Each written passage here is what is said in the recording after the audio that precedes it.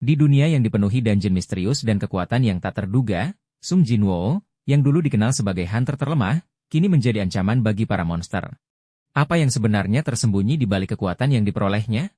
Dalam perjalanan ini, Jinwoo tidak hanya bertarung untuk bertahan hidup, tapi juga mencari tahu siapa dirinya yang sebenarnya dalam dunia penuh rahasia dan bahaya. Setiap langkahnya kini membawa lebih banyak pertanyaan. Dan hanya ada satu cara untuk menemukannya: menjelajah lebih dalam.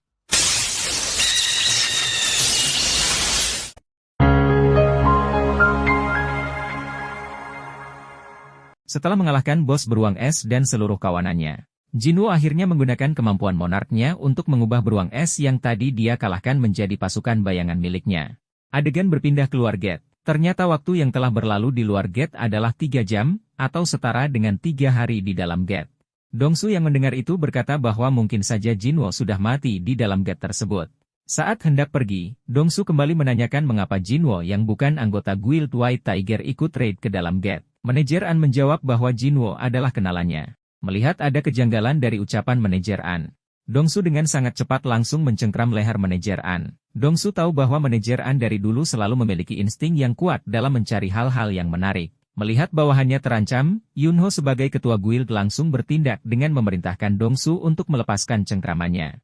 Kedua hunter rank S itu mengeluarkan aura yang cukup kuat sampai udara di area sekitar menjadi berubah. Saat mereka akan beradu pukulan, Jinchul datang dan menahan kedua pukulan tersebut. Sementara di dalam gate, Kinchul menggigil kedinginan. Dia sedari tadi bingung mengapa tidak ada seekor pun beruang es yang menghampirinya. Ternyata mereka semua telah terbantai. Pikirnya beruang es itu dibantai oleh Jinwoo. Namun dia menepis asumsi tersebut, karena dia berpikir bahwa Jinwoo tidaklah sekuat itu untuk membantai kawanan beruang es yang sangat banyak. Dia berpikir mungkin itu perbuatan para elf es. Dia langsung bergegas untuk meninggalkan area tersebut karena ketakutan. Kembali lagi keluar gate. Jinchul yang sedari tadi hanya menyimak obrolan akhirnya angkat bicara. Dia berkata bahwa Jinwoo hanyalah hunter rank E. 2 bulan yang lalu Jinchul telah mengukur kekuatan Jinwoo, namun hasilnya masih sama. Tujuan Dongsu mencari Jinwoo adalah mencari sebuah alasan untuk menghabisi seseorang. Dan targetnya setelah Jinwoo adalah Yojinho yang merupakan anak dari pemilik perusahaan Yojin Group. Karena ada panggilan mendadak, akhirnya Dongsu meninggalkan mereka semua. Kembali ke dalam gate, kelompok Jinwoo sedang menikmati hari-hari di dalam gate dengan aman, nyaman, penuh makanan, dan penuh kehangatan serta canda tawa. Sementara tak jauh dari sana, ada Kapten Kinchul yang terluka dan marah melihat para kroco masih hidup.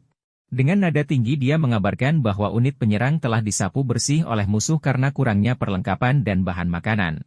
Kinchul bertanya siapakah yang menyembunyikan semua perlengkapan yang mereka gunakan. Belum sampai Kinchul ke tempat kelompok Jinwoo, dia langsung terkena bogem mentah dari Jinwoo yang menyebabkan dirinya terlempar sangat jauh. Jinwoo yang menyadari bahwa Kinchul diikuti oleh elf es meminta agar mereka menghilangkan kamuflase yang mereka gunakan. Melihat jumlahnya yang cukup banyak, kelompok Jinwoo langsung ketakutan. Sedangkan Jinwoo sedang menganalisa keadaan. Bos dari Elf S berkata bahwa ternyata benar ada salah satu entitas yang cukup kuat di antara kelompok Jinwoo. Di sini Jinwoo bisa berbicara bahasa monster dengan sangat lancar. Teman satu kelompoknya heran dengan kemampuan Jinwoo. Bahkan Jinwoo juga heran dengan dirinya sendiri. Bos Elf yang bernama Baruka berkata bahwa bawahannya yang memberitahu bahwa ada salah satu entitas yang cukup menarik, sehingga dirinya ingin bertarung melawan Jinwoo. Namun belum sempat mereka bersiap. Tiba-tiba Jinwoo melesat dan mengalahkan Elf S yang mengajaknya bertarung. Baruka yang melihat hal tersebut langsung bersemangat dan Jinwoo langsung menyerangnya.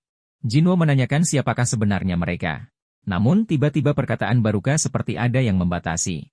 Baruka menawarkan jika Jinwoo menyerahkan seluruh kelompoknya maka Jinwoo akan dibiarkan bebas.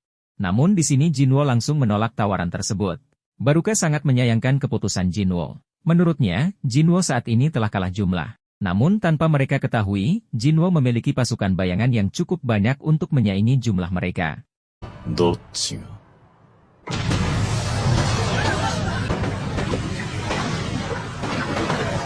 Pertarungan pun tak bisa dihindari. Sementara pasukan bayangan melawan pasukan elf. Di sini Jinwoo melakukan pertarungan 1 lawan 1 melawan Baruka. Jinwoo mengetahui bahwa saat ini kekuatan Baruka berada di atasnya. Jinwoo memerlukan sebuah kekuatan yang lebih besar untuk bisa mengalahkan Baruka tersebut. Sengit, itulah yang tergambarkan dari pertarungan tersebut.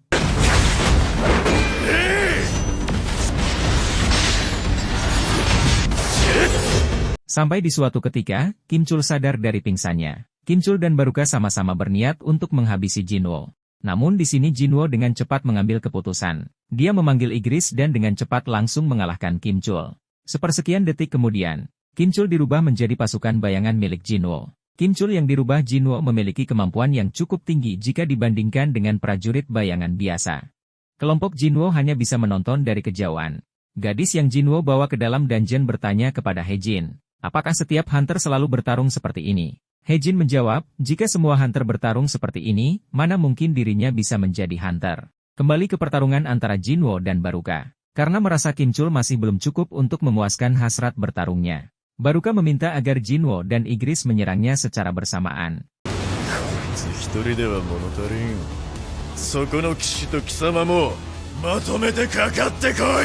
Walaupun awalnya dia bisa mengimbangi kerja sama pasukan Jinwo. Namun karena kombinasi serangan yang cukup apik akhirnya Baruka terluka. Sementara pasukan elfnya yang lain telah disapu bersih oleh pasukan bayangan milik Jinwo. Pertarungan dilanjutkan. Jinwo melemparkan belati miliknya ke arah Baruka kemudian ditarik kembali menggunakan skill milik Jinwo sehingga menciptakan momentum yang cukup kuat.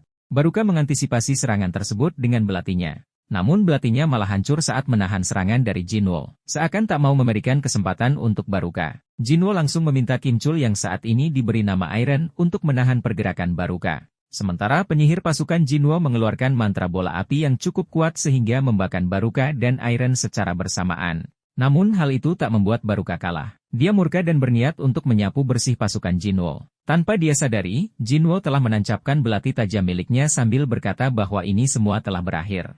Sepersekian detik kemudian, Iron langsung menghantamkan palu besar miliknya ke arah Baruka es sehingga dirinya langsung kalah. Jinwo menghentikan hantaman palu Iron terhadap Baruka. Jinwo merasa cemas dengan tingkah Iron yang cukup konyol.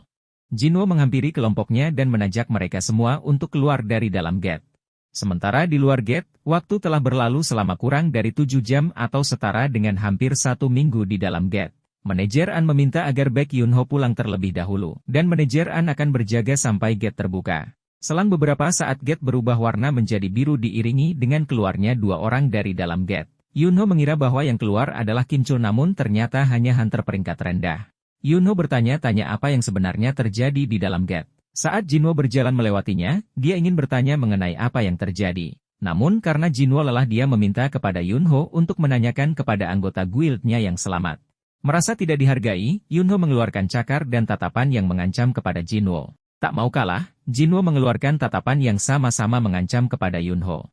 Setelah Jinwo pergi, Yun-ho meminta kepada manajer An dengan apapun dan bagaimanapun, rekrutlah Jinwo ke dalam guild miliknya. Setelah mengantarkan gadis yang tadi dibawanya, Jinwo merenung tentang hadiah yang dia terima dari mengalahkan bos dungeon. Kalau saja dia bisa mengekstrak tubuh bos dungeon tersebut, pastilah dia akan menjadi prajurit yang kuat. Namun dia hanya mendapatkan belati milik Baruka sebagai hadiahnya. Pagi hari pun tiba. Jinwo dijemput oleh Yu Jinho untuk melakukan raid bersamanya. Jinwo meminta Jinho untuk menjemput seseorang.